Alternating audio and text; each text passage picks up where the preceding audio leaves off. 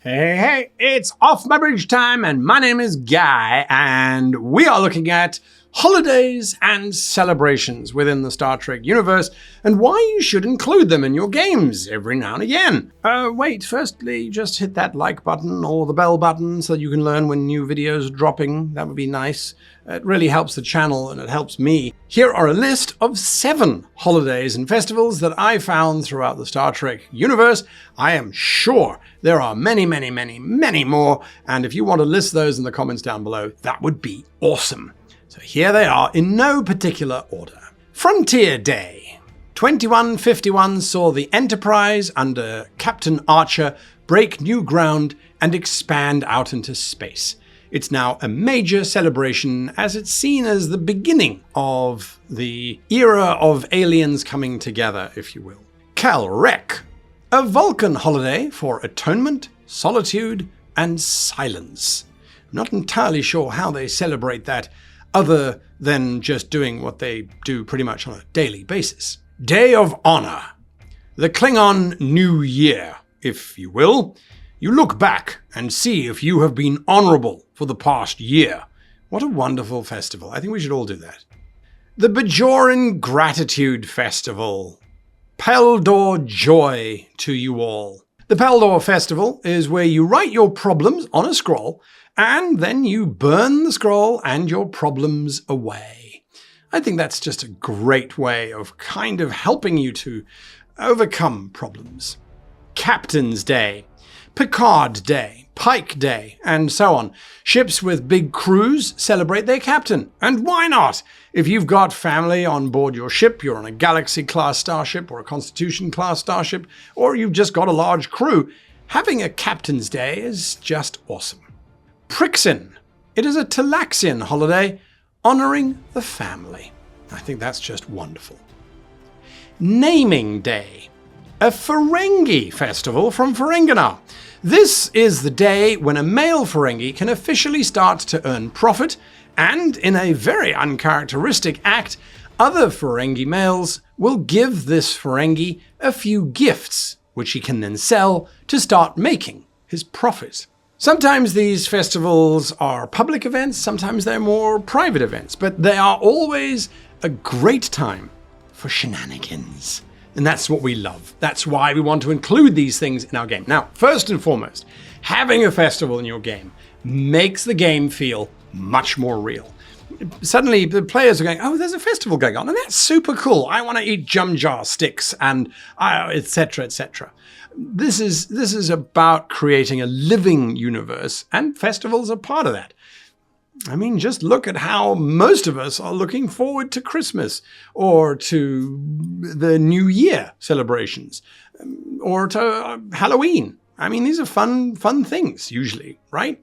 Anyway, adding in a festival, you need to think about how the PCs are going to be involved. Is it just a backdrop, in which case the PCs are not really involved, or are you going to involve the PCs in one of these ways? And I've got quite a few. Again, if you have more, put them in the comments down below. You know the deal by now. This is you're part of the crew here. We work together. We really do. So, in no particular order, this is how the PCs can be involved and the potential adventures that could spring out of it. The PCs are responsible for setting it up, and it's complicated. We need to do what? The room needs to have a lake of methane? And we need open flames in the holodeck? They have to be real flames because we actually have to burn real paper? Okay. What do you mean we need a 6-ton screech rhino? Do you know how heavy a 6-ton screech rhino is? It's a great, great, great opportunity for some lower decks to try and organize this festival and to get it royally wrong. What a fun thing.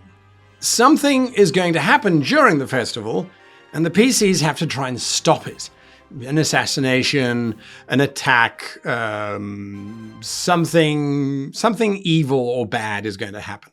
And the PCs have learned about it, and they have to find out where it is in the festival and stop it.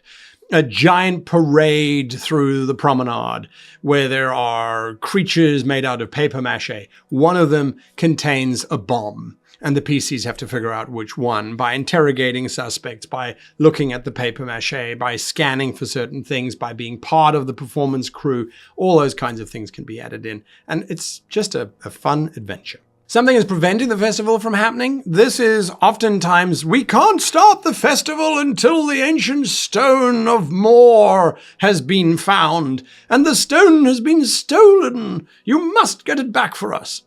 It's an investigation story and an adventure, but it's linked to the festival, and that's what makes it fun. And once the Stone of Moor has been returned, the festival can happen and the PCs have VIP place. What a lovely story. Something goes wrong at the festival, and that leads us into the main actual adventure.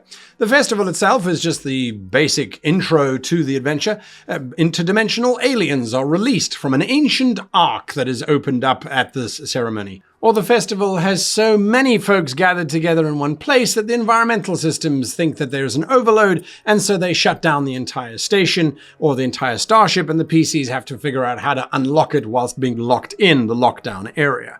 Something happens at the festival. The festival is not the important part, the rest of the adventure is. It's a great way to get your characters into the story and to completely hit them from the side with whatever then takes place. The next two are kind of linked, but the first one is the PCs must stop the festival.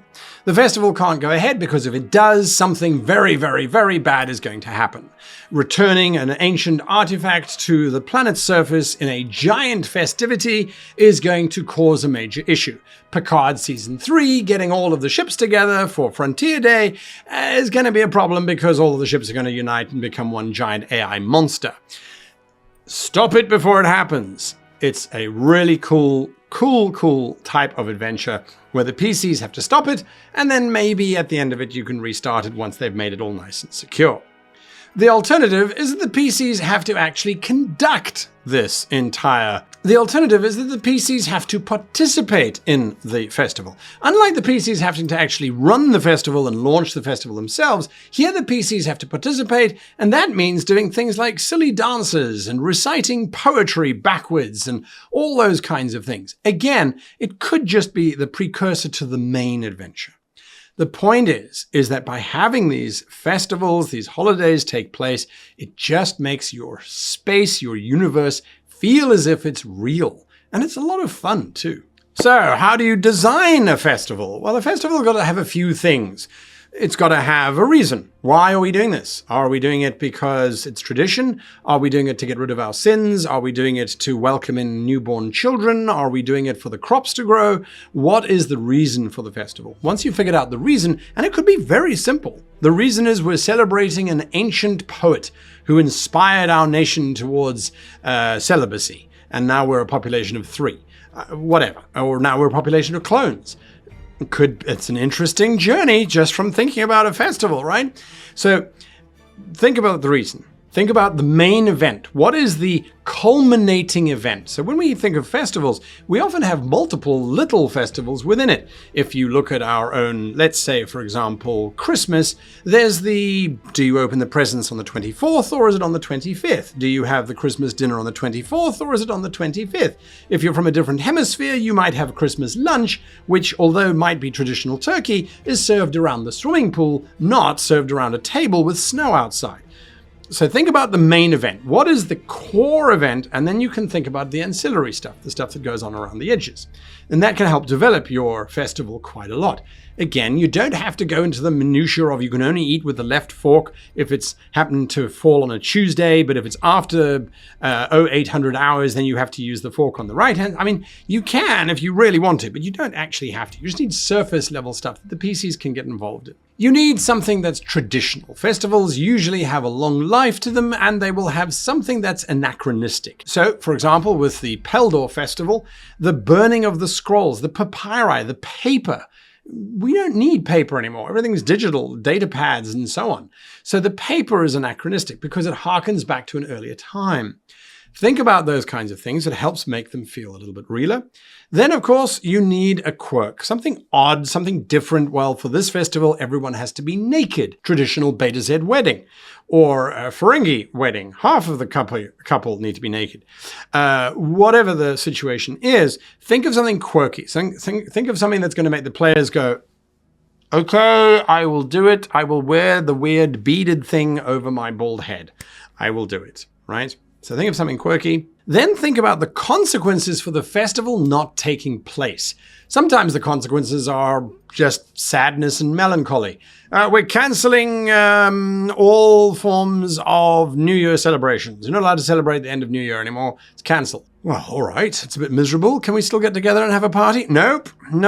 Transition from the 31st to the 1st is now absolutely normal, like any other month transition. You don't celebrate anything. You're not allowed to. You'll be arrested if you do. Okay? That's pretty bleak, but that's what it is, right?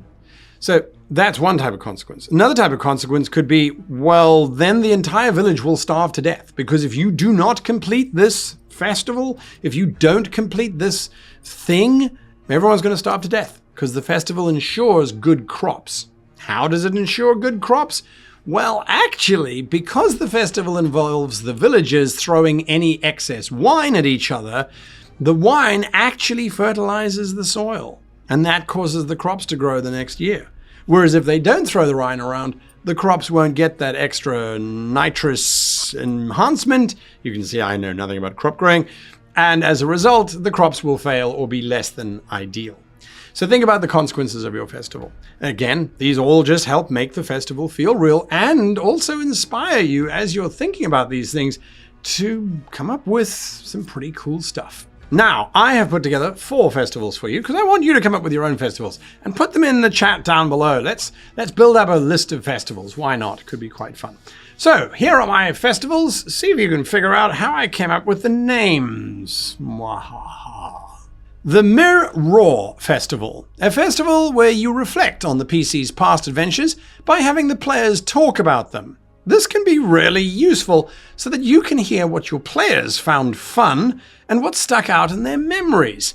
As the DM, you can go, oh, they were all talking about that adventure, but none of them spoke about that adventure. Interesting. Maybe I should tailor it to what that adventure had and not what the other one had. The 5-year Pla. The 5-year Pla. This is where you discover the goals of the PCs for the next year or so, maybe the next 2 years.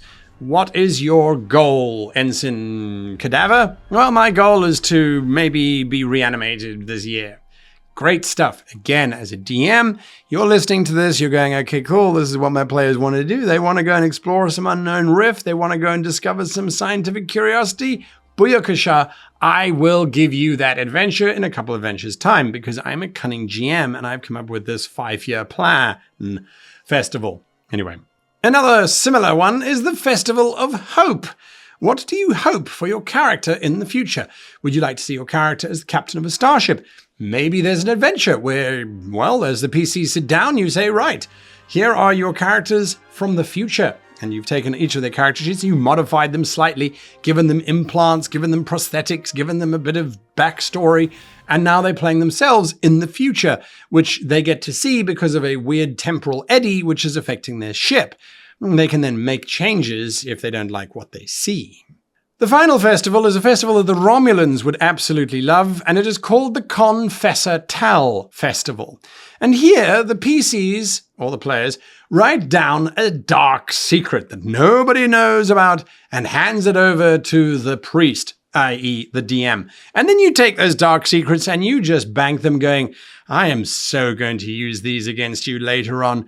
I'm going to have those little interstitial episodes where your mother comes and talks about your dark past. Mwahaha. I don't advocate that you use all festivals to use and manipulate your players to giving you feedback about your game, but it is a useful technique. You can't deny it. And it is still fun. It's still glorious, and you can still have amazing adventures as well as getting just a little bit of information out of your players. Mwahaha.